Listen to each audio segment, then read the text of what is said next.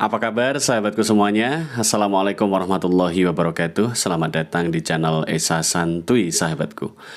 Baiklah sahabat, kali ini kita akan seperti biasa mengulik, membicarakan tentang seputar dunia YouTuber pemula. Nah, ini ada juga teman-teman yang bertanya, sebenarnya kapan sih syarat monetisasi 500 subscriber dan 3000 jam tayang itu mulai diterapkan di Indonesia? Saya juga belum tahu. Nah, ini jawabannya. Saya juga belum tahu secara pasti sahabatku. Namun mudah-mudahan sebentar lagi syarat monetisasi 500 subscriber dan 3000 jam tayang segera diberlakukan di Indonesia. Ya, untuk teman-teman yang sedang berjuang mengejar monetisasi lewat jalur 1000 subscriber dan 4000 jam tayang, maka tetaplah fokus untuk mengejar monetisasi dengan jalur itu. Nah, di sini tentunya ada banyak sekali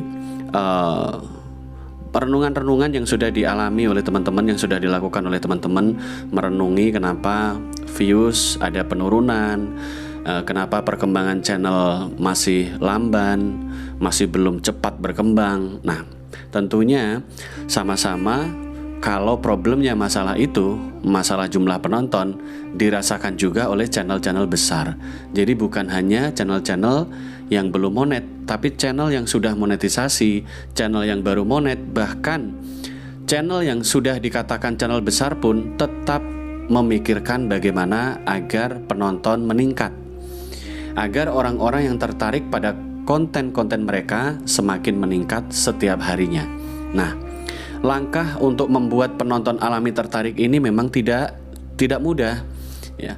Perlu kreativitas lebih sahabatku, dan kita perlu memikirkan minat yang sekarang sedang ada di tengah-tengah masyarakat.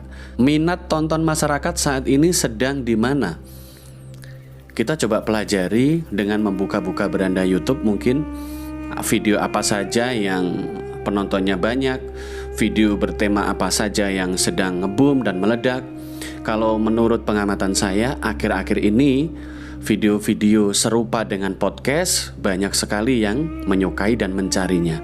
Karena di dalam podcast ada banyak hal yang bisa dibahas, ya. Podcast ini kan memang temanya macam-macam. Ada podcast dewasa, ada juga podcast tentang kehidupan sehari-hari, ada podcast tentang tips dan trik sukses berpenghasilan di zaman sekarang, ya. Jadi podcast ini berisi macam-macam tema. Ada tema ekonomi, keuangan, podcast tentang asmara, podcast tentang berbagai hal dalam kehidupan, bahkan podcast mengenai dunia politik.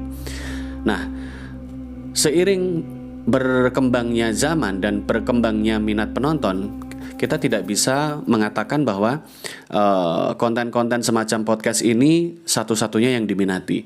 Karena buktinya ada banyak sekali konten-konten tutorial yang masih mendapatkan banyak peminat.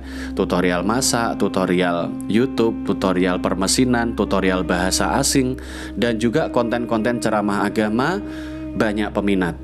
Jadi masih banyak minat masyarakat yang tersebar, ya. Hanya saja mungkin yang terlihat menonjol akhir-akhir ini adalah konten-konten yang seperti podcast atau konten podcast, mengundang orang berbicara, entah mungkin ada beberapa orang, 1 atau 2 bintang tamu, kemudian mengundangnya dan berbicara di dalam konten podcast tersebut. Nah, ini sedang menjadi tren dan sedang gencar-gencarnya. Bukan berarti tema lain gak ada peminat. Akan selalu ada peminat pada tema-tema yang kita suguhkan. Mungkin tidak seramai yang sedang ngetren, tapi tetap saja tema-tema teman-teman masih banyak peminatnya. Tinggal kita sendiri yang harus meningkatkan isi dari konten kita. Apa yang sekiranya bisa diambil oleh para penonton. Karena penonton unik atau masyarakat umum tentunya mereka membuka YouTube untuk mendapatkan hal-hal yang menurut mereka adalah manfaat. Entah itu hiburan, atau mungkin manfaat tentang tutorial, atau mungkin manfaat tentang tips-tips tertentu, dan mungkin manfaat-manfaat lainnya yang dicari oleh masyarakat luas. Nah, di sini kita sudah mendapat gambaran bahwa membuat konten yang bermanfaat tentunya sangat penting untuk perkembangan channel kita sendiri. Metode-metode sudah sering kita bicarakan, termasuk upload video, saling kunjungan, membangun traffic, dan lain-lainnya.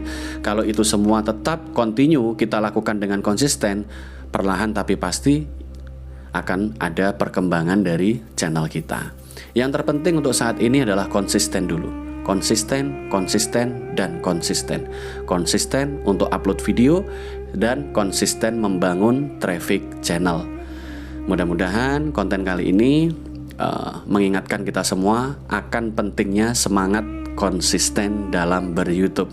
Oke sahabatku, sehatlah dimanapun kalian berada ya. Mudah-mudahan dalam keadaan sehat selalu. Billahi taufik wal hidayah. Wassalamualaikum warahmatullahi wabarakatuh. Sampai jumpa di konten-konten berikutnya. Salam semangat.